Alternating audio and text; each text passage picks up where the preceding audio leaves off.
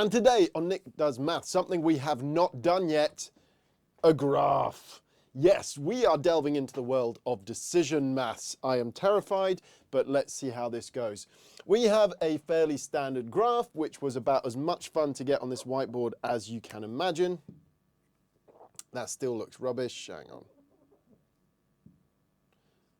Vaguely readable. And our job is going to be this is how flustered I am. We need to find the shortest distance from A to H. Let's go. Black, you are done. Let's not do that. We are going to use reds and greens for our final and our workings. Right, so A is going to be our first node and it has 0. So let's use red for our working distances. So connected to A, we have B, which would be 32 away, D, which would be 75 away, and C, which would be, and I don't have the length for C, that would be 16. Somehow that escaped the great rightening. So C is now at 16. Well, okay, and F is at 95. So which one has the smallest working number? It will be C. So C becomes my second node to get locked in with a distance of 16. Okay, lovely.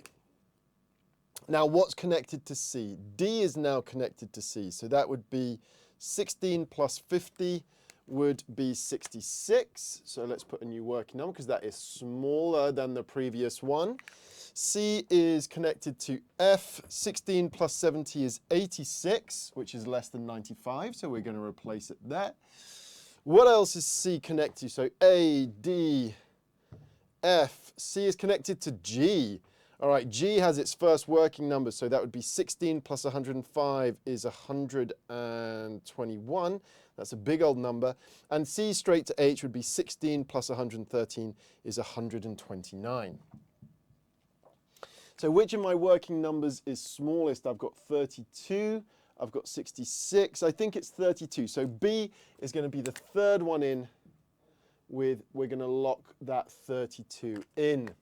So there we go. We're going to lock in that 32. Next, right, so what's connected to B? E is connected. 32 plus 15 is 47. Isn't that nice? D is at 32 plus 33 is 65. Ooh, a little bit less, so we can lock that in. And that's it, because it's also connected to A, but we've already done that. So which one of my working numbers is smallest that I haven't locked it? 65, 47, 86, 129, 121. So E is my next one to get locked in position number 4 with its 47. All right, let's see. Where can we go from E? We could go back to B, which we has locked in. E could go to D. So 47 plus 17 is 64. All right, D's number is slowly getting smaller and smaller. 47 plus 30 is 77, so F is actually a little bit smaller. I'm making full use of the whiteboard functionality here. Of course, on your pen and paper, you are putting numbers in, scribbling them out as we go. So what is my new smallest working number? Poor G is sat here at 121. I doubt G is going to feature heavily here. I've got a 64, a 77, a 129, a 121. So I think D is finally reaching his hour. That is number 5 to come in at 64. What's D connected to that we haven't already locked in? The only thing is G. So 64 plus 50 is 114, which I suppose is less than the 121. Let's find out. Because otherwise we are all done. So which one is my smallest one? It will be F with 77. We might have to extend that just a little bit. There we go.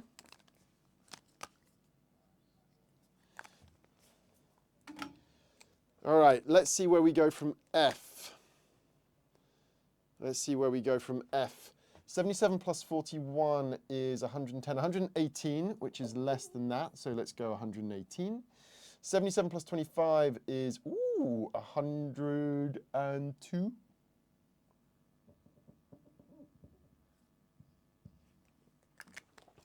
So this will be number 7.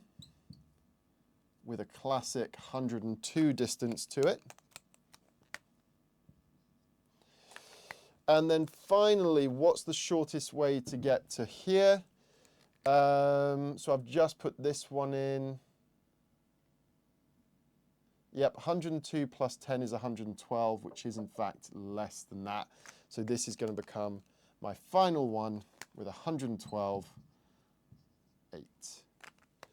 Were there 8 nodes? There were 8 nodes. All right, so let's work our way back, shall we? Ooh, we are going to go through G. So 112 minus 41 doesn't get, so where did I get that 112 from? I came from G. So we are going to go, what should we use for this? Let's use blue. Let's use blue. So we go H to G, H to G. Now G, where did the 102 come from for G? I think it was F. Yeah, 102 minus 50 is not 64. So it came from F. There we go. Right, where did the 77 come from F? It came from E. It came from E, 47 plus 30. So where did the 47 come from? It came from B. It came from B. And where did the 32 come from B? It came from A. Right. With much paranoia, I think the shortest route from A to H is A to B for 32, to E for 47, to F, we get 77, to G, 102, and then to H for 112.